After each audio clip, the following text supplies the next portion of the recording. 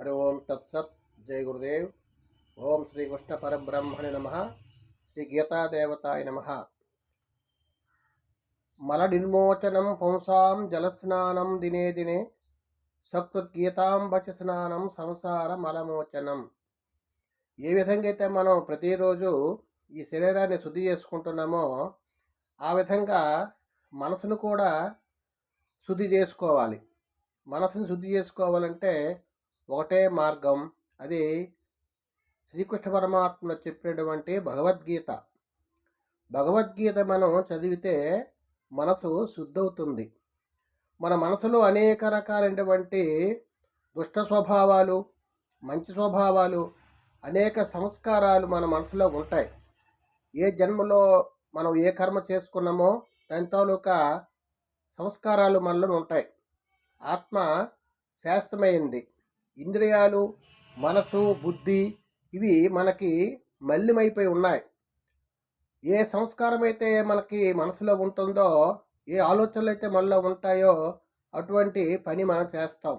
ఆ పనిని చేసిన దాన్ని బట్టి మనకి ఫలితం ఆధారపడి ఉంటుంది. ఆ విషయాన్ని కృష్ణుడు ఏం చెప్తున్నాడంటే, కర్మ చెయ్యు కానీ కర్మ ఫలితాన్ని ఆశించకు. కర్మ ఫలితాన్ని ఆశించకుండా ఎవడో ఉంటాడో వాడు ముక్తిని పొందగలడని భగవంతుడు చెప్తున్నాడు. కర్మణ్యేవాధికారస్తే మా ఫలేషు కదాచన.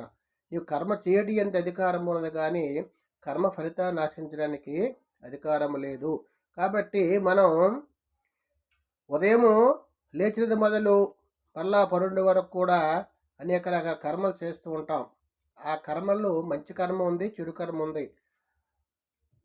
కర్మానుసారే బుద్ధి అన్నారు. మన బుద్ధిని బట్టి కర్మ ఉంటుంది, కర్మను బట్టి ఫలితం ఉంటుంది. ఫలితాన్ని బట్టి కర్మను బట్టి ఫలితాన్ని బట్టి దానికి సుఖదుఖాలు ఆధారపడి ఉంటాయి. మనం మంచిగా ఉంటే, మంచి స్వభావంతో ఉంటే మంచి కర్మలు చేస్తాం, సుఖాన్ని అనుభవిస్తాం.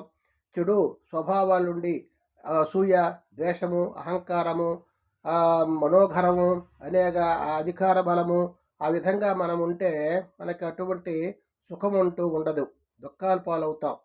ఆ విధంగా దాని గురించి భగవద్గీత కృష్ణ భగవంతుడు మనకి అనేక రకాల విషయాల్లో తెలియజేశారు.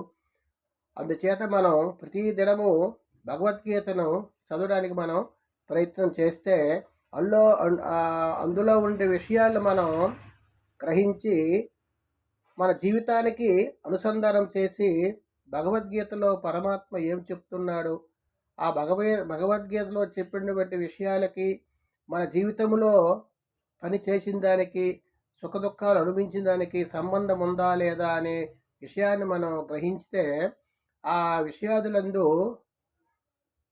శబ్దస్పర్శాది విషయాదులందు మనకి మనసు పరిగెడుతుంది. ఆ మనసుని తెచ్చి అంతర్ముఖం చేసి పరమాత్మ యందు మనసు నిలిపితే మనిషికి శాంతి సుఖం కలుగుతుందని భగవద్గీతలో పరమాత్మ తెలియజేశారు. ఆ విషయాన్ని మనం గ్రహించి ప్రతిరోజు కూడా ఉదయం లేచిన మొదలు ఒక అరగంట, గంట కానీ, లేదంటే ఒక అర్ధశ్లోకము కానీ, శ్లోకము కానీ, ఒక అధ్యాయము కానీ, సగం అధ్యాయం కానీ చదవడానికి ప్రయత్నం చేసి ఆ చదివిన దాన్ని అర్థం చేసుకొని దాన్ని మనం ఆచరించడానికి ప్రయత్నం చేస్తే మన మనసులో ఉండేవంటి మనోభావాలతో దుష్ట స్వభావాలు పోయి, పాపము పోయి, పుణ్యం వచ్చి సుఖశాంతులతో ఉంటారని భగవంతుడు మనకి సెలవిచ్చారు. హరి ఓం తత్సత్. జై గురుదేవ్. లోకా సమస్త సుఖినో భవంతు. ఓం సర్వే జనా సుఖినో భవంతు. ఓం శాంతి శాంతి శాంతి.